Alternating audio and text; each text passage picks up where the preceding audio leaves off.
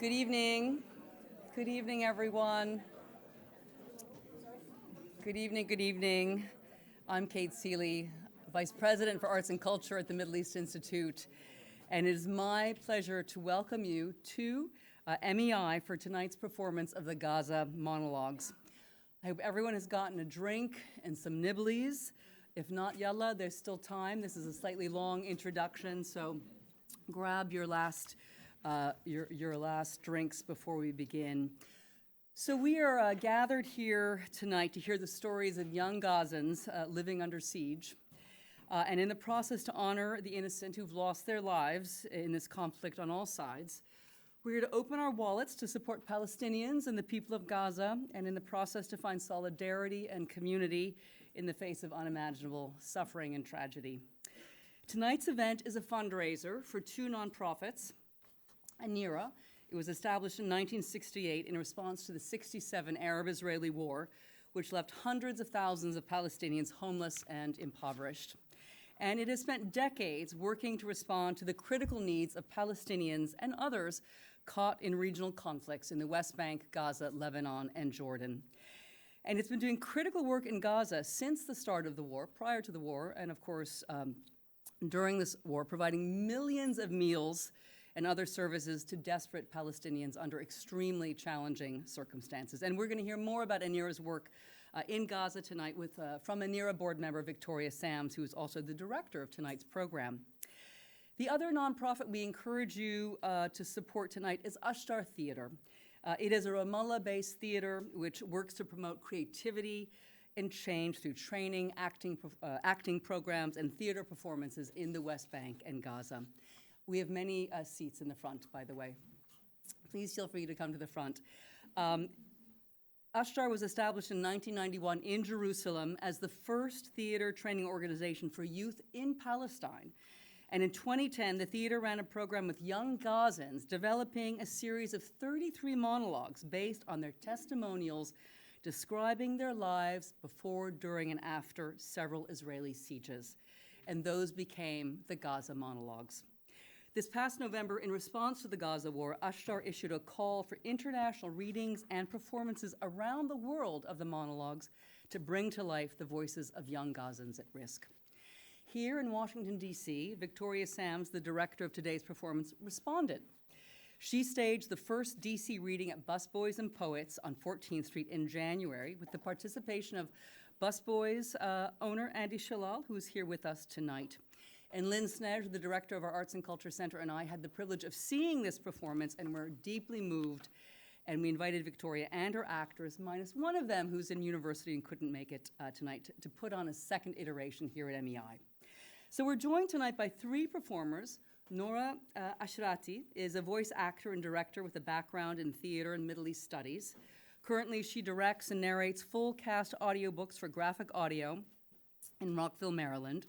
Her stage credits include Silent Sky at Ford's Theater, Intelligence at Arena Stage, and the Vagrant Trilogy at Mosaic Theater, among many others. Yesenia Iglesias is an actor, educator, and writer from Bayamon, Puerto Rico. She's performed on stages all over the DMV, including at Arena Stage, the Kennedy Center, and Folger Shakespeare Theater, among others. And when not performing, she is a vocal activist and an educator in Howard University's musical theater program. Yes, Anas, well, we have to applaud everyone, but we'll get to that. Anas Andy Shalal is an artist and social entrepreneur. He's the founder and CEO of Busboys and Poets, a group of restaurants, which if you have not heard of them, then you need to go out and discover them soon, here in the DMV, where art, culture, and politics intentionally collide over great food and programming. And Andy has received numerous awards, including the Mayor's Arts Award and an Employer of the Year from the Employment Justice Center. And last but not least, I want to introduce the director who has made all of this possible. Where are you? Victoria Sams. Here she is. As I mentioned, she's a board member of ANERA. She holds a PhD in comparative literature from UCLA, where she taught and later taught modern and contemporary drama and literature at Dickinson College. She is the author of Immigration and Contemporary British Theatre, Finding a Home on the Stage, and since 2012, she's worked as a program officer in the Division of Education Programs at the NEH.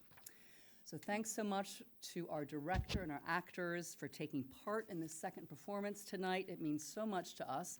Our reading is going to be about 30 minutes and will be followed by a Q&A with Victoria and with Khaled Elgindy, who heads our program on Palestine and Israeli-Palestinian affairs. Before we begin, just a few housekeeping notes. Can you please all turn off your phones?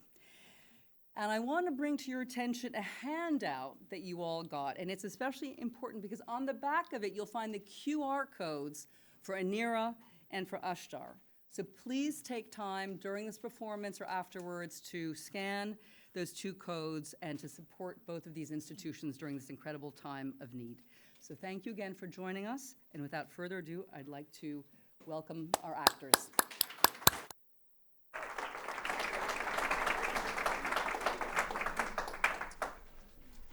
Enes Abueta. Since I was a small kid, I've dreamt of being a famous football player. I believed I would fulfill my dreams. But today, there are a million obstacles in my path. Before, there were no playing fields for adults or even kids. Then the siege came and made everything worse. If I was the Prime Minister, I'd pay most attention to the Ministry of Youth and Sports. I would build playing fields everywhere, especially in schools, and I'd let the students play freely, not to be kicked out by the school guard. I'd abolish all club fees and preserve all parks. But dreams, security, hope, and the future are all words that lose their meaning in a city that kills the smallest dream possible. I was a goalkeeper, and my friend Mohammed kept telling me, I'm going to get a goal. But I always stopped his goals. On the 7th of January 2009, a day in the war, I was sitting at the door of our house, and it was foggy. And someone came to tell me, your friend, Mohammed, was martyred. Of course, I didn't believe it. I went looking for my friend, and I was really scared of the idea of death. I got to the mosque, and saw the closest friend of my life, Mohammed, wrapped in the flag of Palestine and torn into pieces. I cried a lot, and I was sad because I couldn't hug or kiss him. And I started holding him. We took him to the cemetery and buried him, and I kept sitting there telling him I loved him, and I was really upset because he left me alone in this world. As I was leaving the cemetery, there was heavy bombing. I felt the angel of death was following me and not leaving me alone. Thank God, I'm still alive.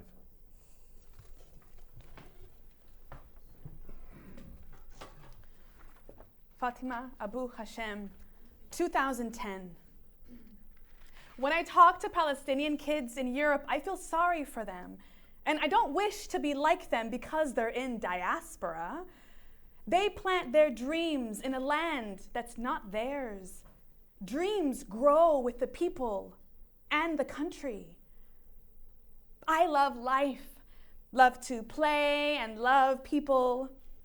I wish I could be the president of Palestine for one day, so I can enrich love and peace between people, end the hatred and spite in their hearts, and end the internal division. This would be my first presidential decision, but unfortunately, I am not the president, and that's why there was a war. The war opened up with bombing like rain. We came running out of school in fear and found the whole world running in the streets. People were looking for their sons and sisters and mothers.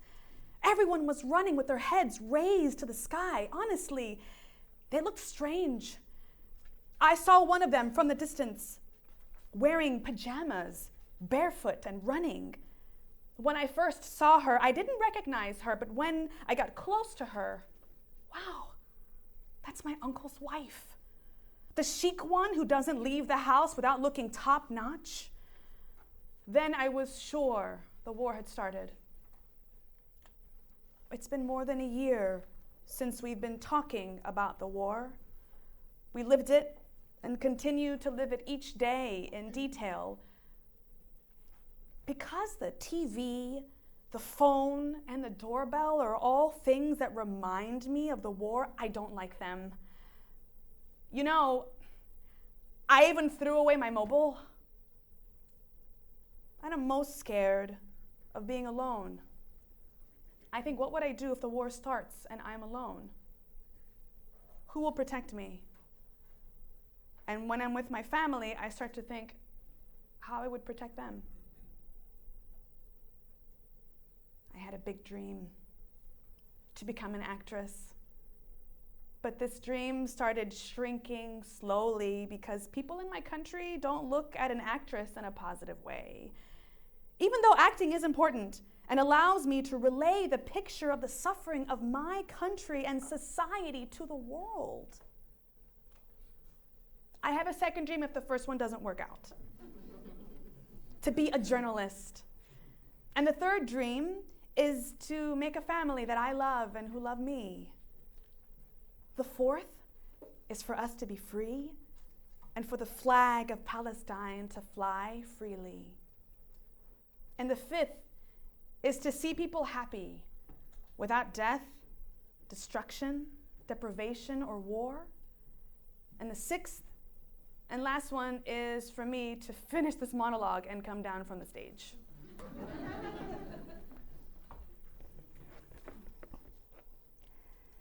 MEI Shurfa, 2010.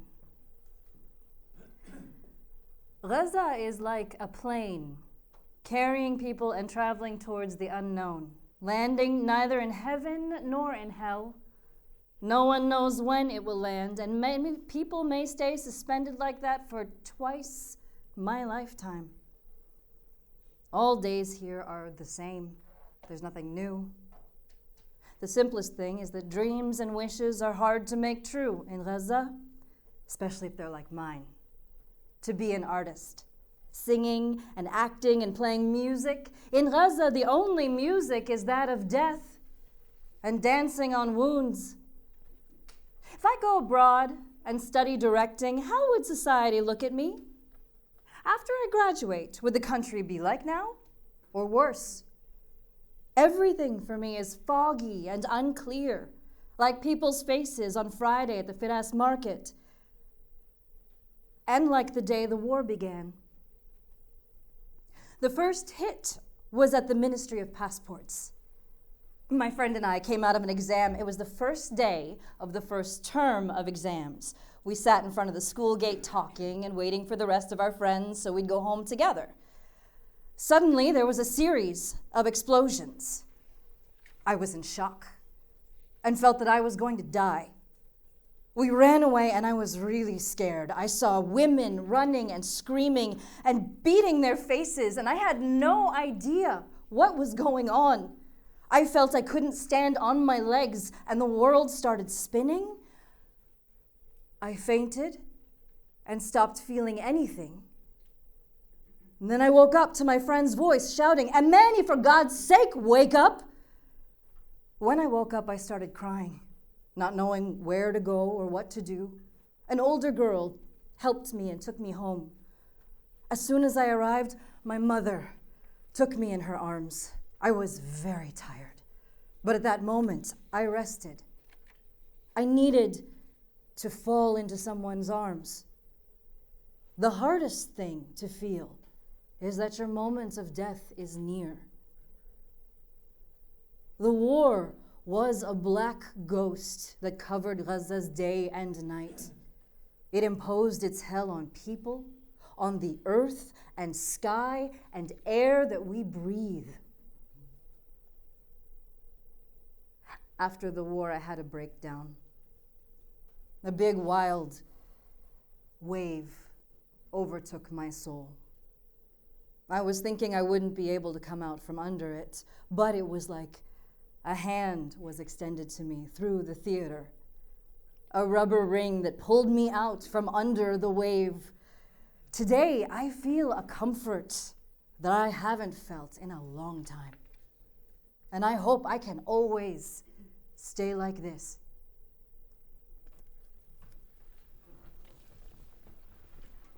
Rawand Jarur, 2010. Relax, girls, don't be scared. This is just the sound of aimless shooting. That's what our teacher said as soon as the bombing started. After a while, her mobile phone rang, and she spoke a few words only. 120 martyrs? She smashed her mobile onto the floor and told us, "Go home, all of you." As soon as we went out into the yard, we saw our parents, some of them in pajamas, some in their undershirts, and some barefoot. We were very scared. My two sisters and I kept waiting for Dad, but he was really late, so we decided to go home by ourselves, even though it's a long way. On the way, I saw something for the very first time, a martyr being carried on a coffin wrapped in the flag of Palestine, with banners around him and people crying. But the weird thing is that the funeral barely had 30 people in it. Funerals for martyrs usually have thousands. Then I felt there was really some big catastrophe going on in the country. I got scared for Dad.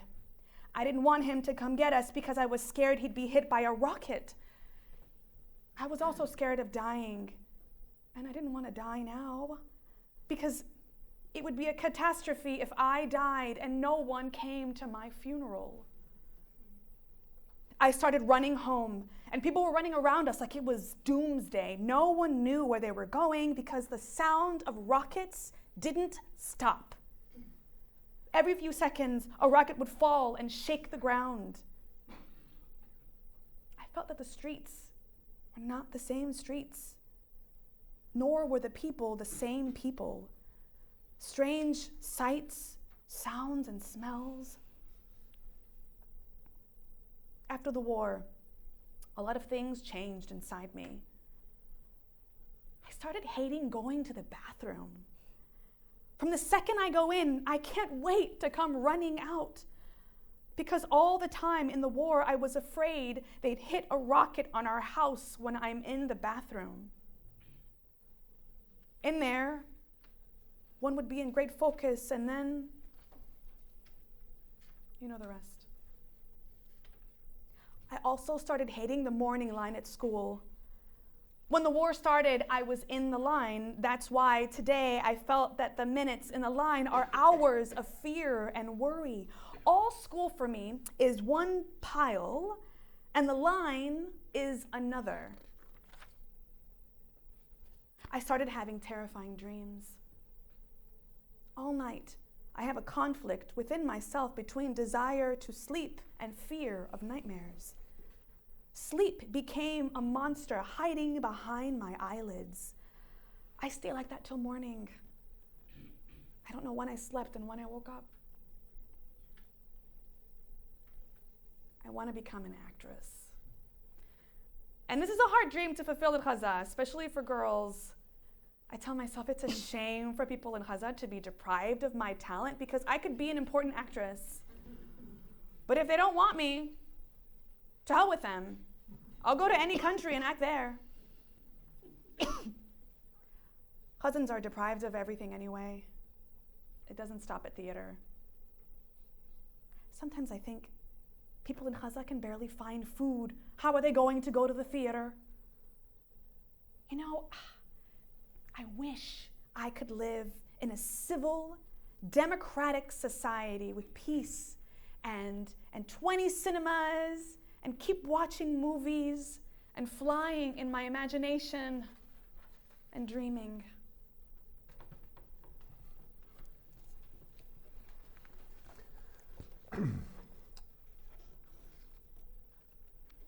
Ahmed Tafa, 2010.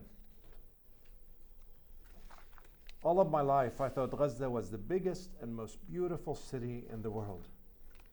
But once, I went with my dad to Jaffa and came back with my head spinning. After that, I felt that Gaza was the size of a needle hole and wasn't beautiful. And it keeps getting smaller and worse. No one can breathe. And on top of it all, we're not even allowed to travel. Every time I walk the streets of Gaza, I suffocate. Java's picture won't leave my mind. I ask myself, where are we? We're so far from the rest of the world. That's why I'm always at the sea, because I feel it's not from Gaza. I keep writing my name on the sand and the waves come and erase it. Before the war, I wanted to be an electronic engineer. But since the war, I hate going to school. I feel I won't be anything important in my life, and even if I will, so what? It's all the same in the city. Am I going to be the prettiest flower on a garbage heap? When the bombing began, all the schools in Gaza went home, except us. The principal wouldn't let us leave. The kids freaked out, and in seconds, they went out in the courtyard.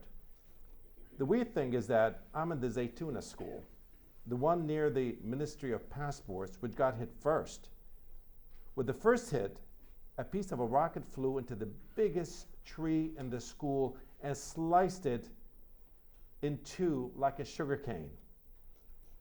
As soon as we saw that, no one stayed in school. Students, teachers, the principal, we fled for our lives. I thought the only martyrs I would see in the war is the tree. But as soon as I got home, there were 4 martyrs in our street, as though waiting for me to say goodbye to them. When I was done with that, 3 more martyrs from the same family in our street arrived. As soon as we buried them and returned, our neighbor's house, 2 houses down the street, was bombed by the army, and the house was wiped off the ground. Everyone died. I felt most sad for the little girls. I felt the war was targeting me alone. Out of all the people in Gaza, all day I've been seeing martyrs. In the Shifa hospital, I saw a sight that I will never forget. Hundreds of corpses, one on top of the other. Their flesh, their blood, and their bones all melting on each other. You wouldn't know the women from the man or even the child. Piles of flesh on the beds, and lots of people screaming and crying, not knowing where their kids are, their men or their women. That night, I came home from hospital and was awake till morning from fear. I thought that it would be only that night that I couldn't sleep, but till today, I see them in front of me, and I can't sleep.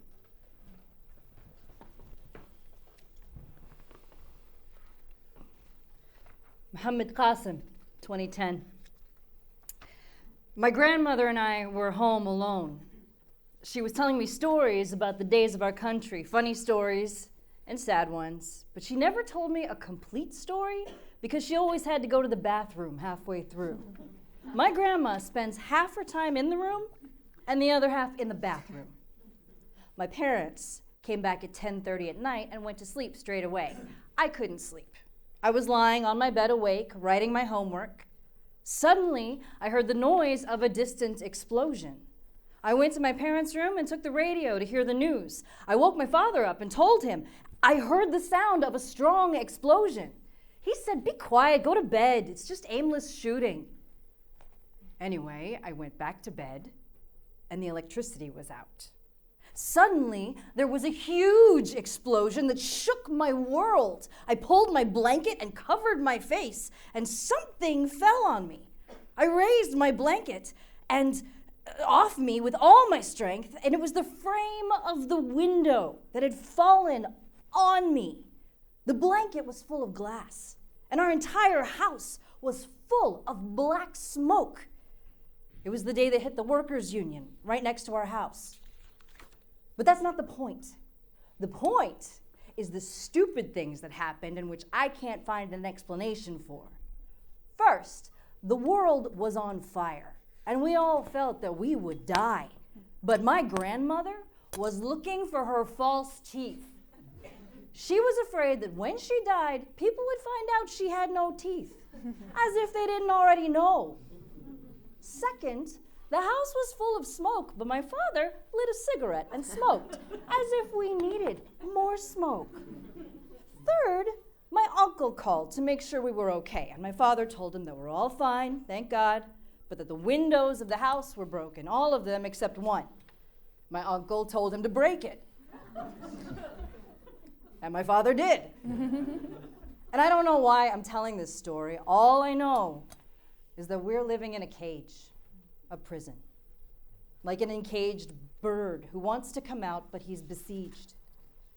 Kids are dying in front of their mother's eyes. Hearts are crying for them and screaming in the loudest voice, but no one hears. No one's heart softens, and no one seems to care.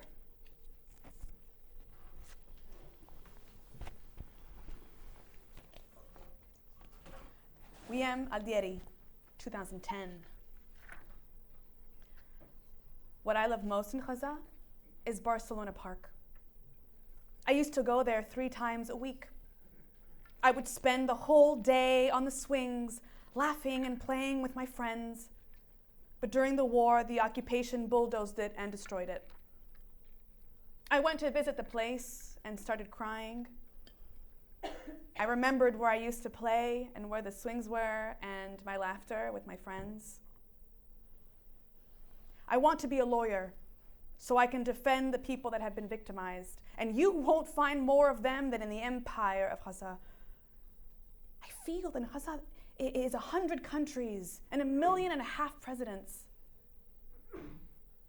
The tanks got to our house at 5 a.m. Mom started gathering things from the house, and everything turned upside down in a few seconds. Everyone started yelling and carrying what they could, and we went out running into the streets, not knowing where to go. My grandmother said, "You can only go to the schools," and schools. Our school is more beautiful than all schools. 100 of us used to sleep in one class. For the first night, I got into a fight with another girl about 1/4 meter and who was going to sleep in it. And I don't know how we slept on top of each other like a mountain of old, discarded, forgotten clothes. 3 days later, we went back to the house and to the neighborhood, but a lot of things had changed. The neighborhood wasn't the same, and the people weren't the same either. The biggest change in me is that I became a gossip. Honestly, I can't hold my tongue. Our theater trainer told me that this is normal in Gaza. All Gaza gossips about each other, but the difference between me and the people in Gaza is that they don't admit that they are gossiping, while I admit in my full mental capacities that I am a gossip. Sometimes I find no one to gossip about, so I gossip about myself. 2014. I stopped liking Barcelona Park, even though it was restored. The trees are refusing to grow, but I did, and I can't play there anymore. Chaos erupted at our neighbor's house. I went to see what was the matter. Our neighbor informed me that the Israeli army asked them to leave the house immediately, so they did. They live right next door to us. I decided not to move from our home. A minute later, the army launched a warning rocket that forced us all to flee. A few minutes later, the Israeli army hit the house with 2 missiles, and the whole building that was once a tower became a rubble. I felt devastated. May God give us strength. When we wrote the Gaza Mono-Logues in 2010, we felt that the whole world was in solidarity with us. But since the situation in Gaza is worsening, I realized that all the empathy of the world is not able to wipe a speck of darkness from our life. I wish I was able to tell you otherwise.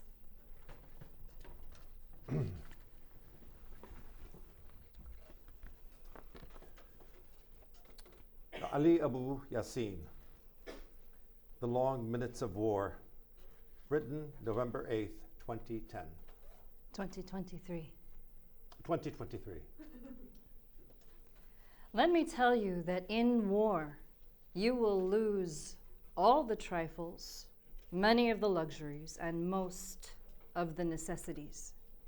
And you will be left to think about or care about only the very, very, very necessities. For example, you will not be interested in Facebook, and you may find that it is inactive for more than 90% of the people. No one will care who posted a like, or who did not like, or why they don't. The picture of your sick father or mother will disappear with the words written below it, "Pray for my father," because the bodies are on the sides of the roads, and you may not find anyone to bury them. No one will like the pictures of delicious meals, or dare to put a single picture on Facebook. Everyone is running after flour. And many people have not eaten for days, and their dream is to get a loaf.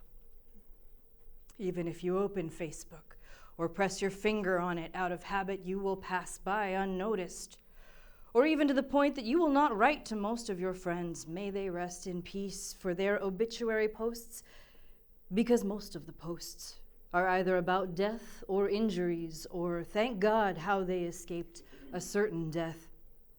As for TikTok, it disappeared from Gaza as if it were a crime punishable by law, along with everything that contained nonsense and not nonsense, which were very, very few. Imagine, in Gaza, gossip, envy, and obsession with others, which were one of the pleasures of many people, disappeared. Everyone runs from morning to evening to provide his family with food for the day. Compliments, hypocrisy, and pretenses have fallen. Everyone feels that he might die at any moment, and therefore has no energy for compliments, lying, or pretense. You will realize the value of the things that were in your hands, or that you practiced unconsciously. And you will discover that your simple actions were the height of pleasure, and you will remember them and dream of their return. Such as standing in front of the stove in the morning, turning it on and drinking your coffee quietly with a piece of chocolate next to it.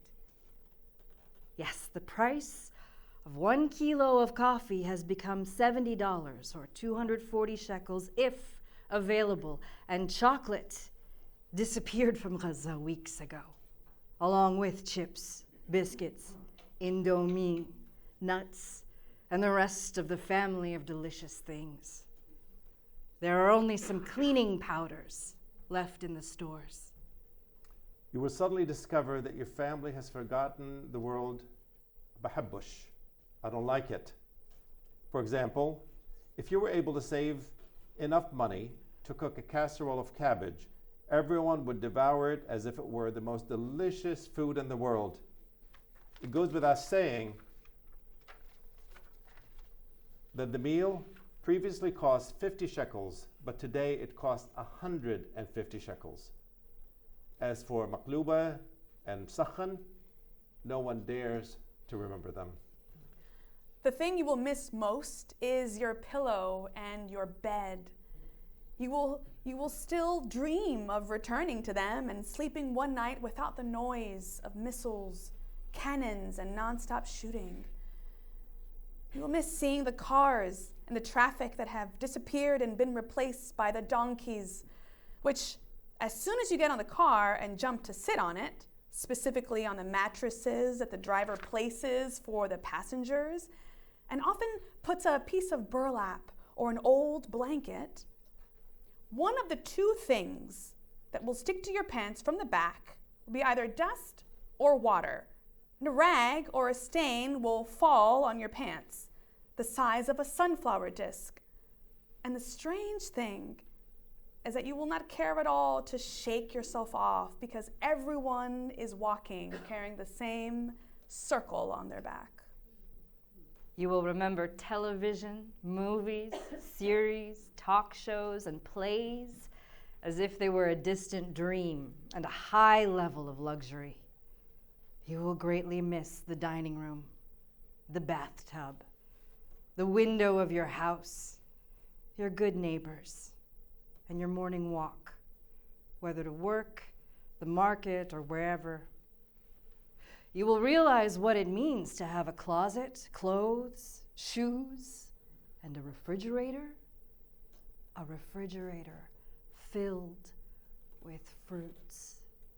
You will learn how to bake in a clay oven and the taste of new bread. On the way, you will learn how to make this oven from clay and straw and get creative with various designs, types, and sizes. There is an oven for baking and a small oven for cooking. You will learn how to make firewood, the types of firewood, the difference between olive wood and orange wood, the importance of palm leaves and burning, and the difference between cooking firewood and bread firewood. Lentils will return to the forefront of the scene, accompanied by beans. You will dream of chicken, meat, and fish. You will pass over the most important things unnoticed and without emotion, like talking about martyrs. You will talk to your family about the martyrdom of your cousins, as if you were telling your wife that you are out shopping without emotions. An explosion is shaking the house. I will hug the children.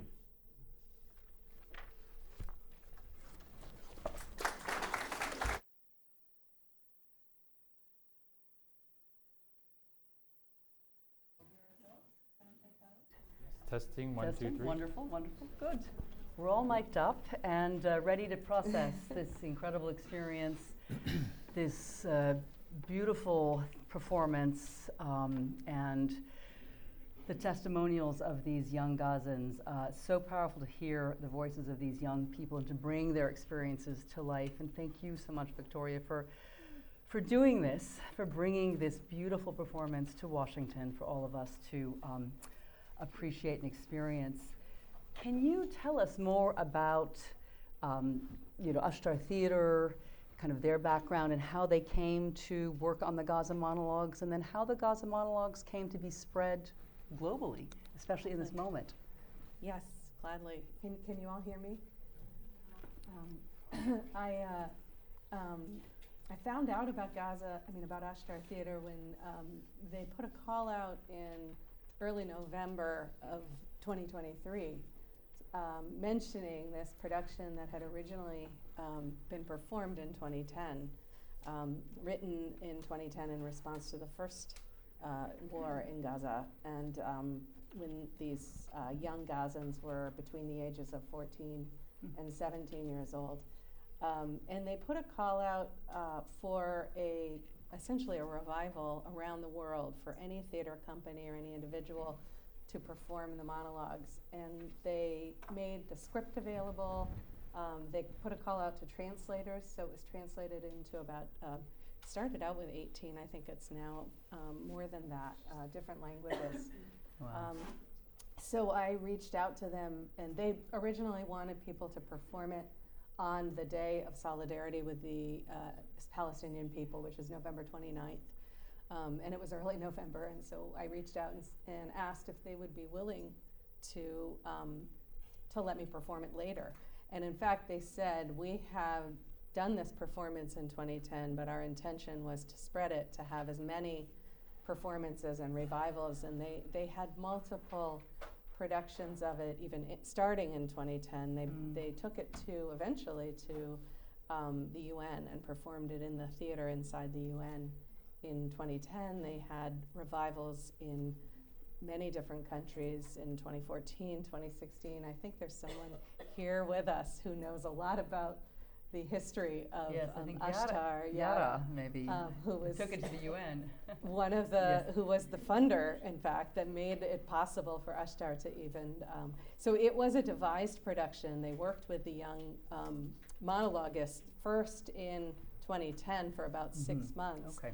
But then they returned to them in 2014. So you heard one of the monologues, but all of those monologuists were then in their early 20s. They kind of updated them on where they were, and they went back to them and stayed in touch as best they could into 2020 when they did a revival, which I just learned about, so we might be able to access a video of that.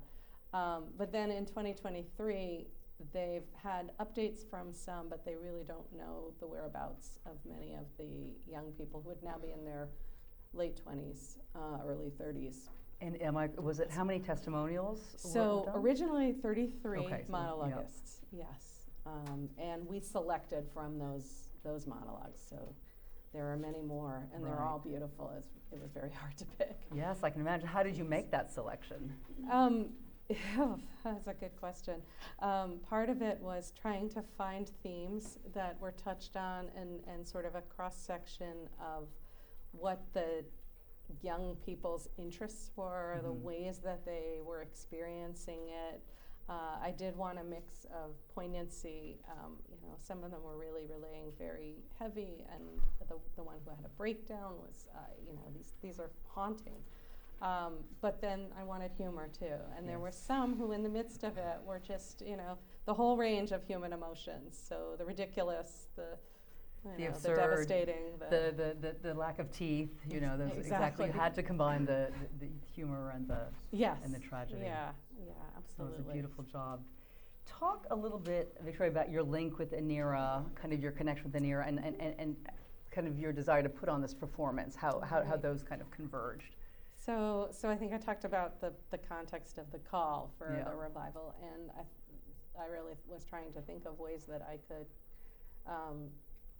raise consciousness of what ANERA does, its work, and also fundraise for the organization.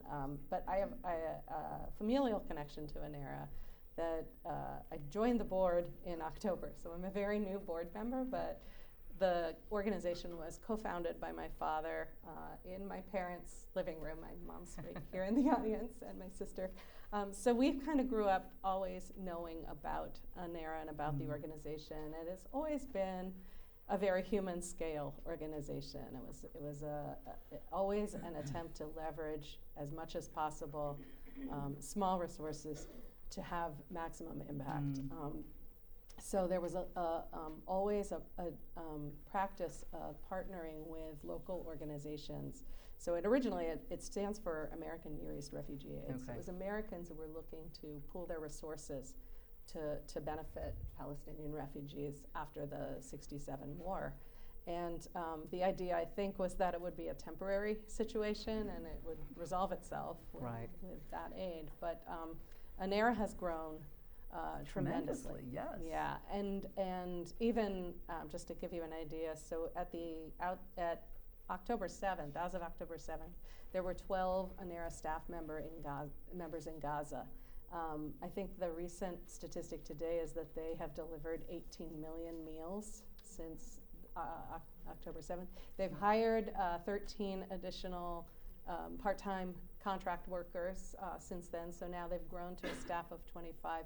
But it's the partnerships that I think have enabled them to, in every stage, from distribution, and the humanitarian relief that they've been doing more immediately is one part. It's certainly everything has shifted to that now, but prior to October 7th, and they're still ongoing, there are many programs that work on developing education, water treatment, agriculture, health and public health, medicine.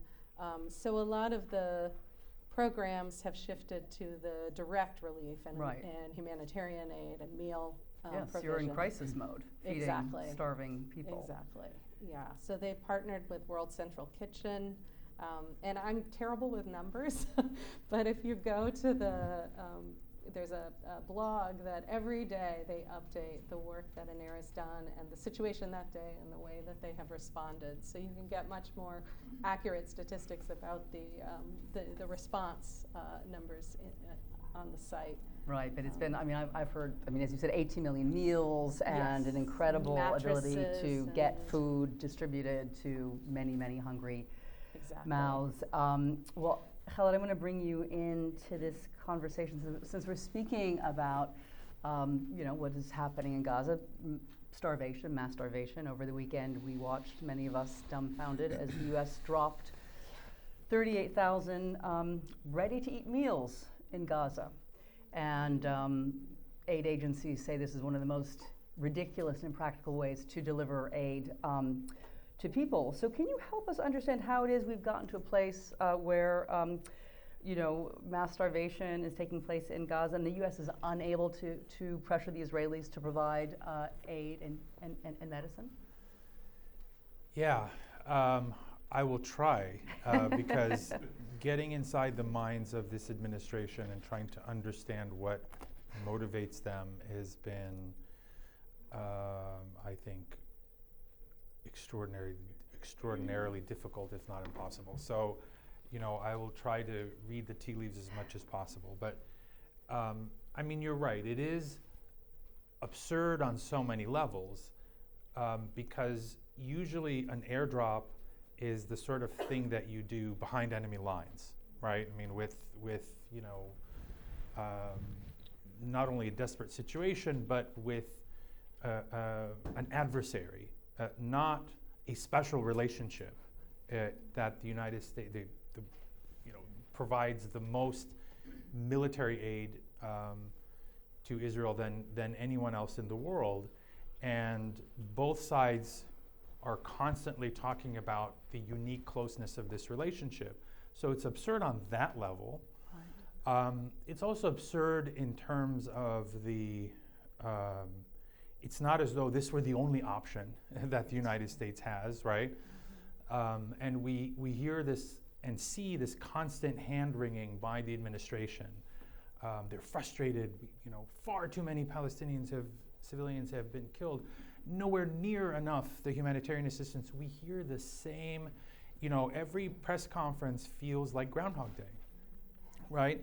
It feels like, whatever John Kirby or Matt Miller are saying today, it could have been November 24th.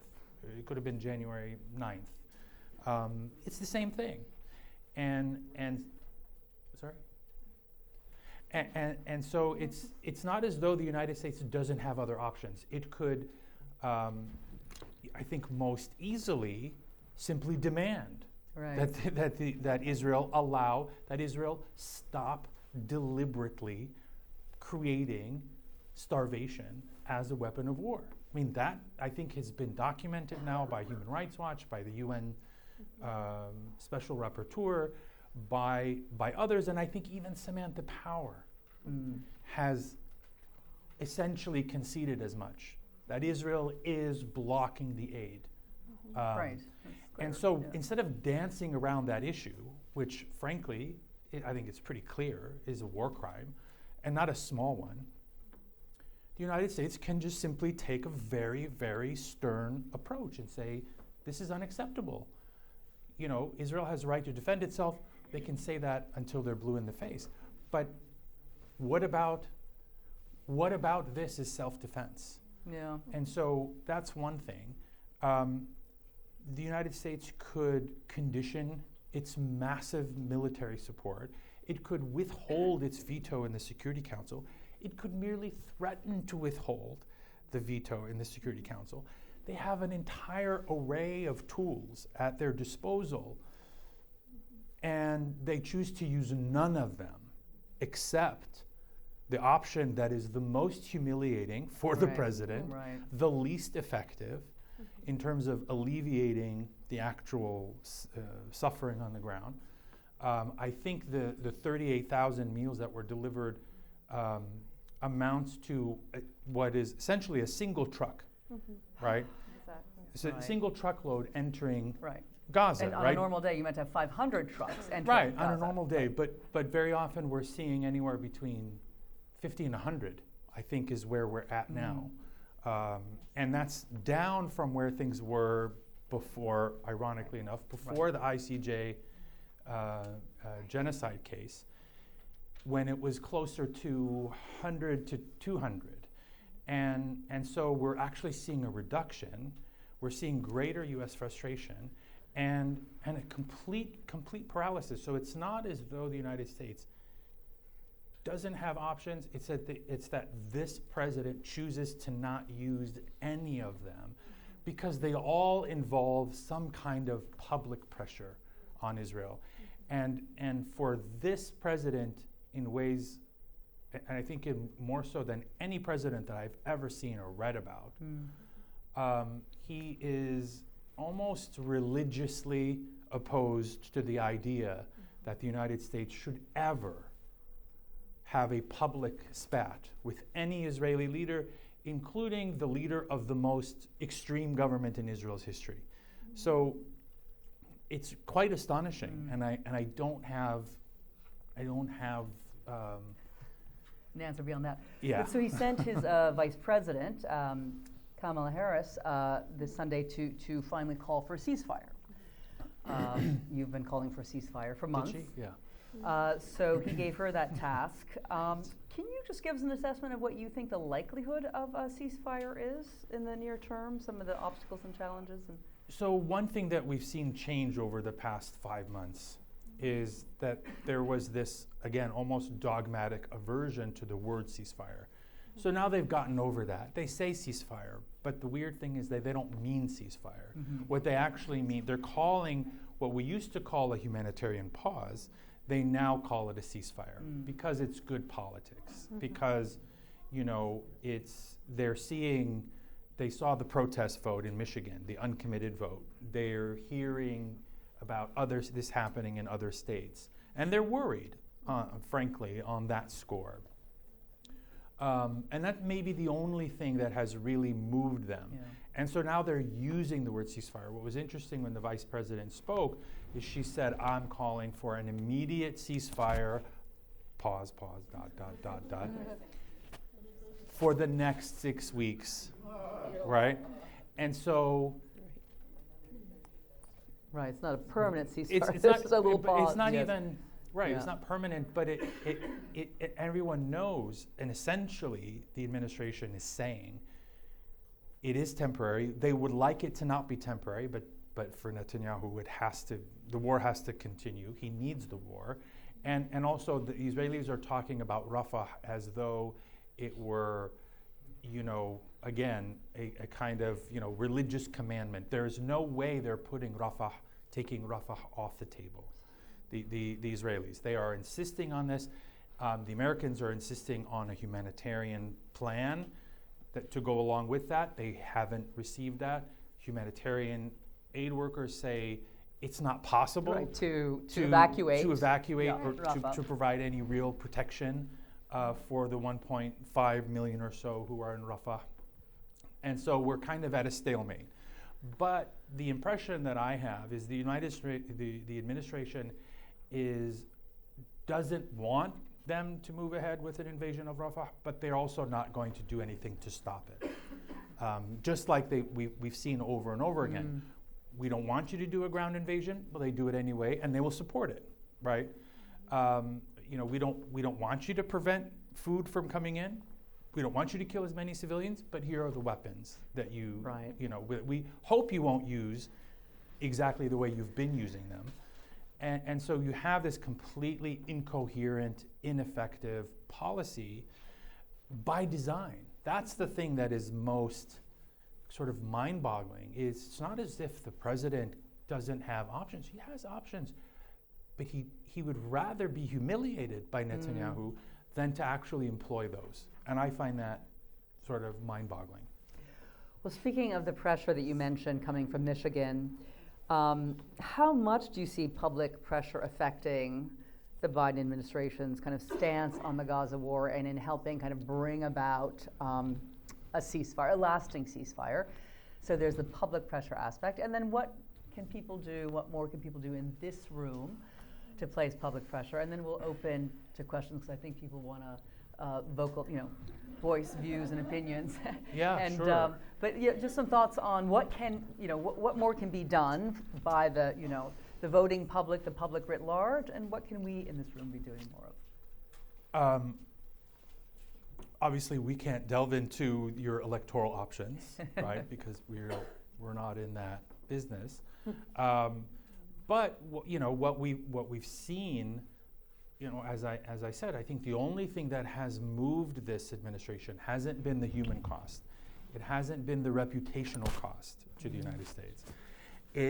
It has the only thing that has moved them has been the prospect of an electoral cost. And even that came very, very belated, right? The signs were there. We've seen it over and over before the Michigan vote, after the Michigan vote. And so it's finally starting to sink in. And so now we see all these measures that they've taken. There's the national security memo that talks about, asking other countries to guarantee to us that they're using our weapons in line with international law, right?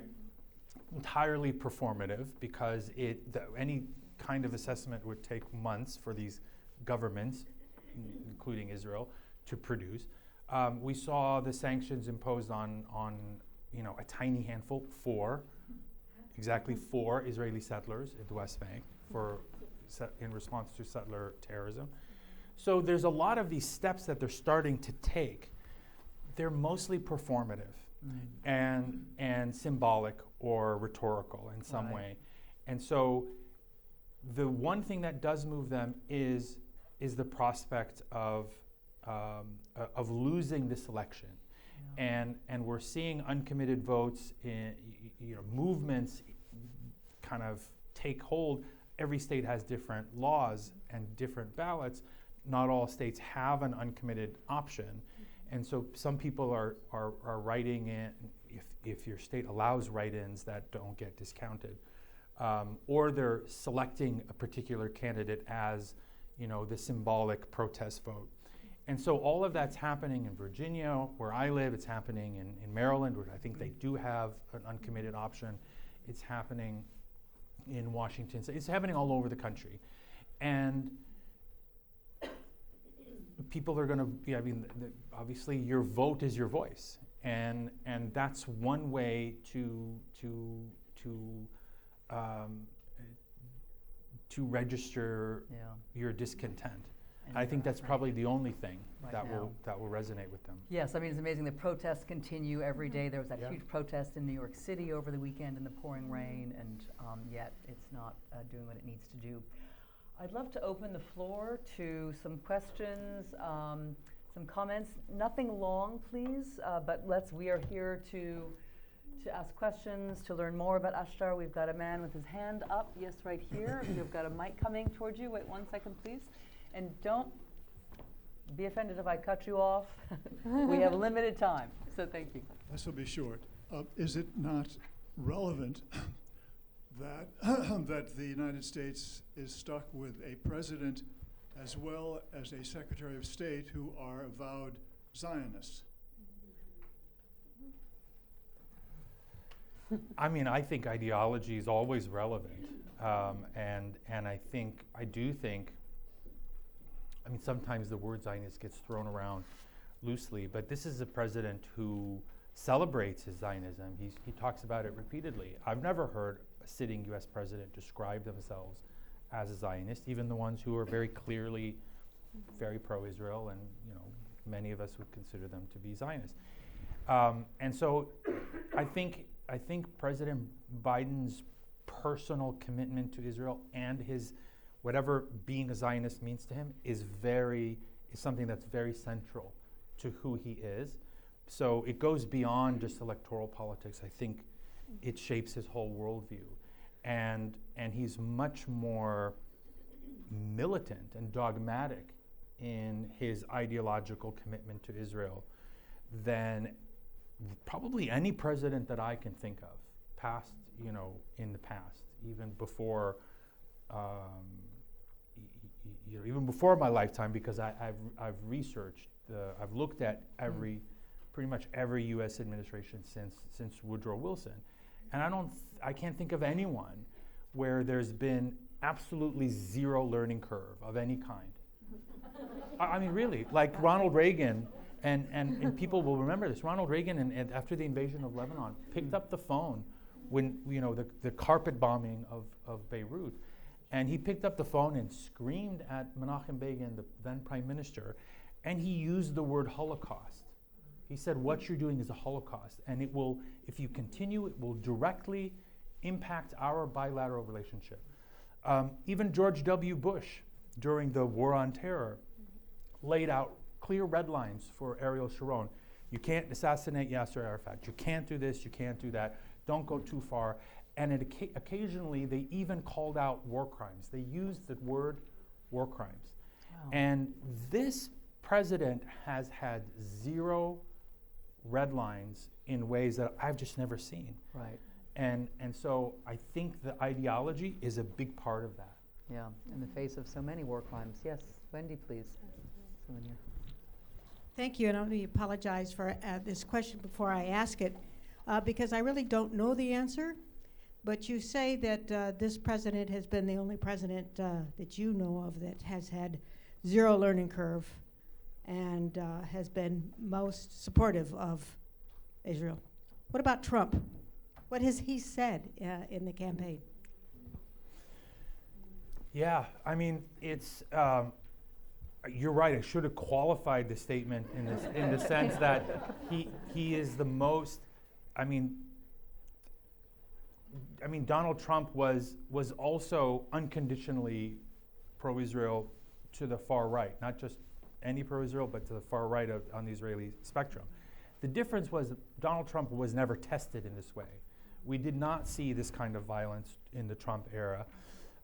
And also, I would say that Donald Trump is not ideological. I mean, he's someone who's very transactional. Right. And so when I imagine this counterfactual of what if Donald Trump were president on the day of October 7th, and would the response have been different? I think it would have been largely the same. But at a certain point, I think because of the person of Donald Trump, he would not take a lot of crap from any Israeli leader, particularly one that he's already kind of thrown under the bus, Netanyahu, because of, Netanyahu was quick to congratulate Joe Biden for, all kinds of petty, silly reasons that I don't think the response would have been similar, but unsimilar in other ways. The net effect maybe would have been the same. So, but at the end of the day, no president has been more, has presided over more death and destruction among Palestinians, but even Israelis for that matter, than Joe Biden. And by a very, very wide margin. So not Harry Truman, not Ronald Reagan, nobody. And so Biden will go down in history as that president who was the deadliest president ever for Palestinians. Mm-hmm. And Donald Trump was terrible, but he wasn't that, And so he would be awful, I'm sure. But I don't know how much more awful you can be at this point. So I've been ignoring this side. You had your hand up? Yes. You mentioned voting as a tool. I remember in the Vietnam War, people who protested the war, they withheld taxes, paying taxes, and bear the consequences of that, of course. But what about that tool? And let me take another question. You said there's somebody in the back then? No, two people here. Okay, thanks. We'll take a couple of questions. Yeah. Given that this is a fundraiser for two organizations, can you, Victoria, talk about the work that ANERA has been doing given the blockades? How are they distributing 18 million meals? And likewise, what is the role that Ashtar Theatre is currently playing given the current situation? Thank you. Yeah. Well, I don't know much. I don't think Ashtar is very active in Gaza, but I can talk about ANERA's work. Initially, what I think had them very well placed to assist right away was that they already had a lot of partnerships with local food supply, so farmers and food providers, and they could convert a lot of, they converted schools into shelters, and they converted a lot of catering companies and places like that into community kitchens, and set up community kitchens in spaces, and could buy provisions and prepare meals using what was already in Gaza. And then once that supply and a lot of the farms were destroyed and there were no new crops coming in, then they had to rely on the relationships with the distribution of food coming in and the reliance more on the trucks. Do they have their own trucks So coming in, or are they sourcing from? They do. Thank you. I'm looking to someone who knows a lot more. But they have also used trucks and partnered with trucks that are provided or carrying in, I think, GEM and there are several other NGOs that have shared trucks. So they do send in things in their own trucks, but then also with partner organizations. And I think Just about Ashtar. I don't know the numbers because they vary from day to day. But and about Ashtar, sorry. But yeah, Teresa, did you want to add? Yes, we have somebody who knows the details Yes, very well. Exactly. Could you give her the mic, please? Oh, so I'm reading from what we got today. Our staff has seen at least hundreds, but staff actually says it's thousands, but just don't want to, overstate it, of trucks parked in 3 open fields on the Egyptian side of the Rafah border, waiting to get in. And some of the trucks have told our people they've been waiting for 60 and even 90 days to get in. We've been able to fast track a medical aid shipment from Direct Relief worth $21 million from Amman to El Arish is now on its way in. So it's, it's truck by truck. And if there's one thing wrong on, like there's some nylon in something, on one little bit of what's in the shipment, the whole truck goes back. It's. And Teresa, are these coming in through Rafah from the south, or are they going in through other? So the Jordanians were able to get trucks to go in from the north. These are coming in via El Arish, which is not very direct, but from El Arish then to Rafah to that crossing. But it's really just mucked up. Really hard to let people in. And that speaks to Khaled's point about the leverage that the U.S. has. I mean, the aid that we could provide via truck if we pressured, because a lot of the restriction obviously is Israeli. It's Israeli inspections, slowing things up, making some of what's on the trucks unusable, and not letting things through. And they said that there could be something between 50 to 80 times the aid for the money of those airdrops. Yeah, airdrops cost $16,000 per ton, and aid on trucks is $180 per ton.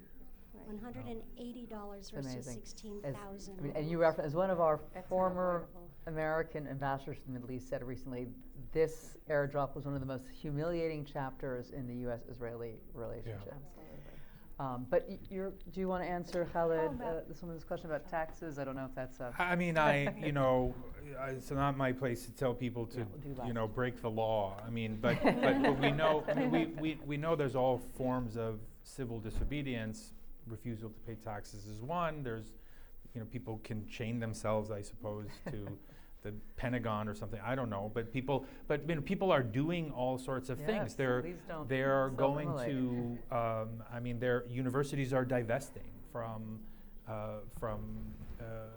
companies that support Israel's military. So there's a huge menu of options that people can choose from, and it's probably not my place to. I'm not the best person to talk about those. And if I can speak to that and to Medora's question about Ashtar's work. I mean, we saw someone set himself on fire in protest in front of the Israeli embassy this week. I mean, that is the most extreme form of protest, and it doesn't seem to have registered even in the media coverage of it. Very rarely do they talk about it as a calculated form of political protest. And I think what Ashtar's work is doing is really addressing the trauma.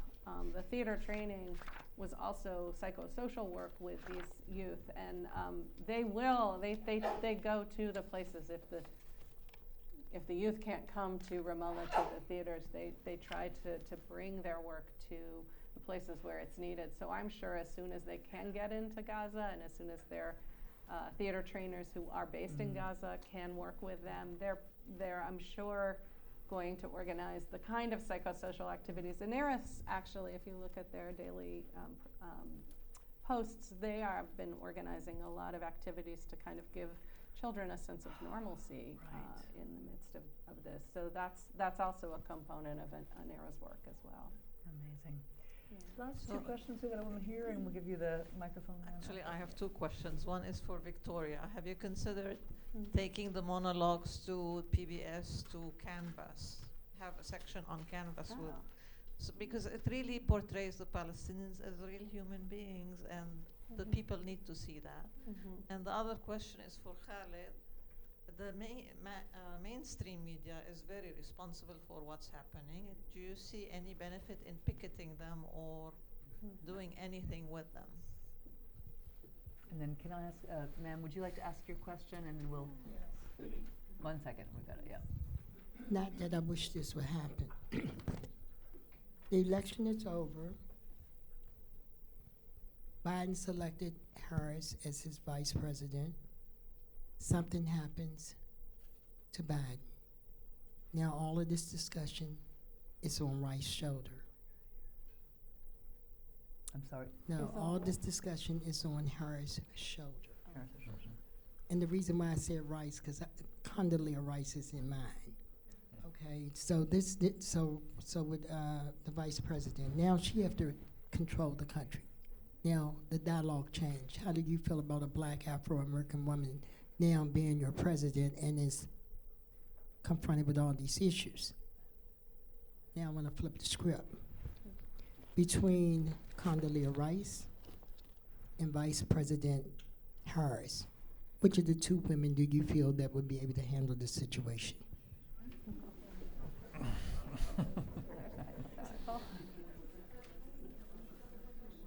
But Andy, do you have a question? Okay.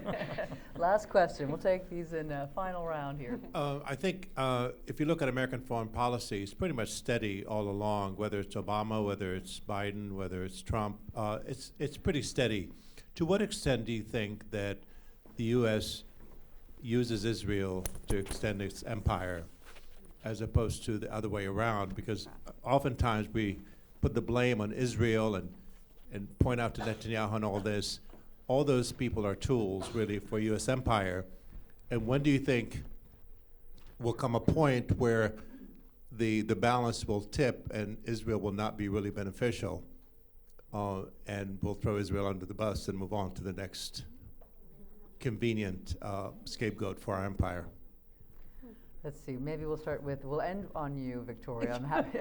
Khaled, do you want to take the empire question? And there was a... Okay, but there was several.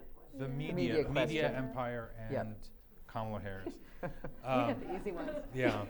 So, I mean, on media, I don't know about picketing media. I think certainly writing letters, I think using social media to point out problems in coverage. Some of you may be following the ongoing saga with the New York Times. And there is an attempt to hold the New York Times accountable, and other mainstream media. I think, social media is awful in a lot of ways, but one thing it has allowed is a kind of accountability for the mainstream media. One, because there's competition. We don't need to get our news filtered through the mainstream media anymore, through the legacy media. And so they are much more aware of their precariousness. And so I think there's a lot that can be done. I think the media coverage the first several weeks was horrendous across the board in the US and Europe. And it's gotten better, but not in the way we would all like. So there's been a learning curve there, I think, for New York Times and other mainstream media, and so there are levers there that I think can be used. I don't know that there's a lot I can say about Kamala Harris versus Condi Rice. I mean, it's a counterfactual. I mean, I do think, and maybe this is also an answer to Enes's question, I do think that the person of the president matters, and I think Trump is not the same as Biden, is not the same as Obama, is not the same as Clinton, is not the same as Bush. There are degrees of pro-Israel and kind of being reflexively pro-Israel, and there are degrees of being of kind of blindness to Palestinians. I've never seen another U.S. president who, with, some of you know my book is called Blind Spot, and it's about American presidents who have an inability to see. If you look at an issue through the issue through an Israeli lens, certain things get filtered out. Palestinian politics, Palestinian political aspirations, Palestinian rights. But now we're at a place where even Palestinian humanity has been filtered out. I don't know that I wouldn't have said that with any previous president. And I think he has a very, very hard time. I think he really struggles to empathize with Palestinians. I'm not sure that he's capable of it, which is why we hear from Kamala Harris, yesterday's speech in Selma, which expressed empathy for Palestinians in ways that I don't think the president is comfortable with or capable of, frankly. I don't know him, but from what we've seen over the past 5 months, this is clearly a struggle for him. And so I don't know.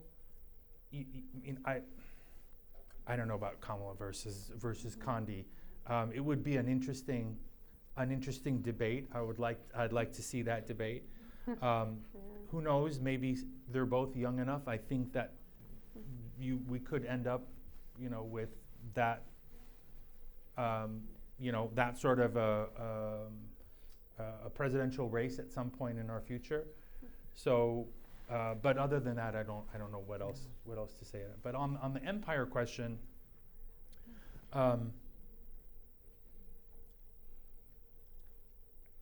I do think that there is a time in the future, maybe in the not so distant future, where we will have.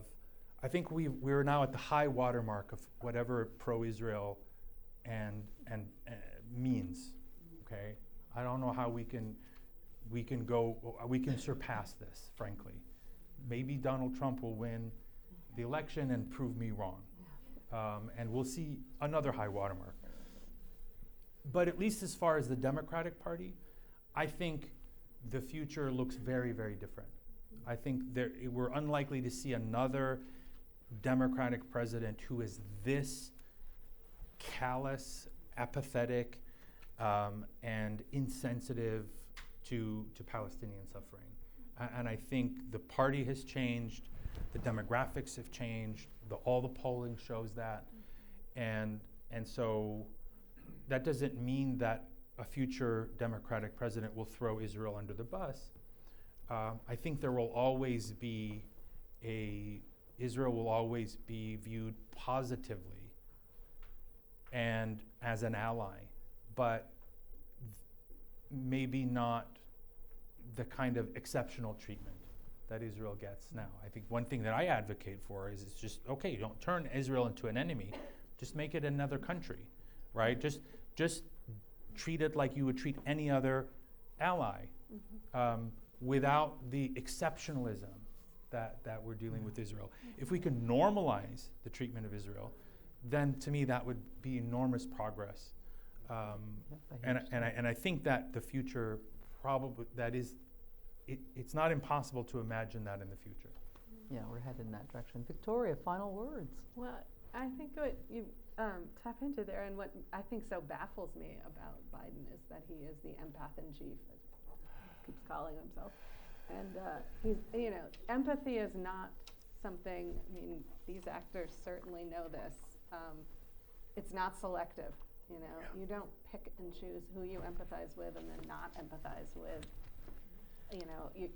You have to and then maybe that's what theater teaches us is how to kind of turn that empathy on and put yourself in the shoes of others. I'm not sure how American interests are served by this blind support of Israel. So I don't know that it's serving. I am baffled by that. I don't know what interests are being served.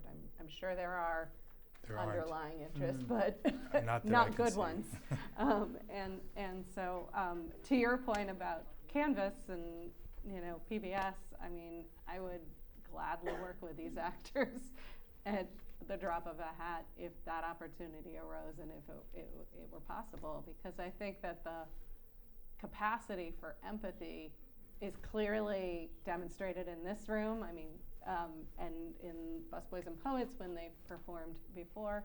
And I think that when people hear these stories and are confronted with the power of these stories, and I think the media has opened that up, you know, more of the younger generation now I think are getting their news from Bizan and Hind Kudari and these reporters that are directly reporting out on Instagram from Gaza, and those stories are connecting with a younger generation that is not responding to this the way their parents are. Did, Well, maybe we should invite Biden to a performance of the Gaza Mono-Logues. Take them to the White House. Everybody, take your flyer home with you, please. Go to the QR codes, give to ANERA, give to Ashtar, spread the word. Thank you for coming. Thank you for being here at MEI, and give everybody. Thank you. Thank you to Nora and Jasenia. Thank you.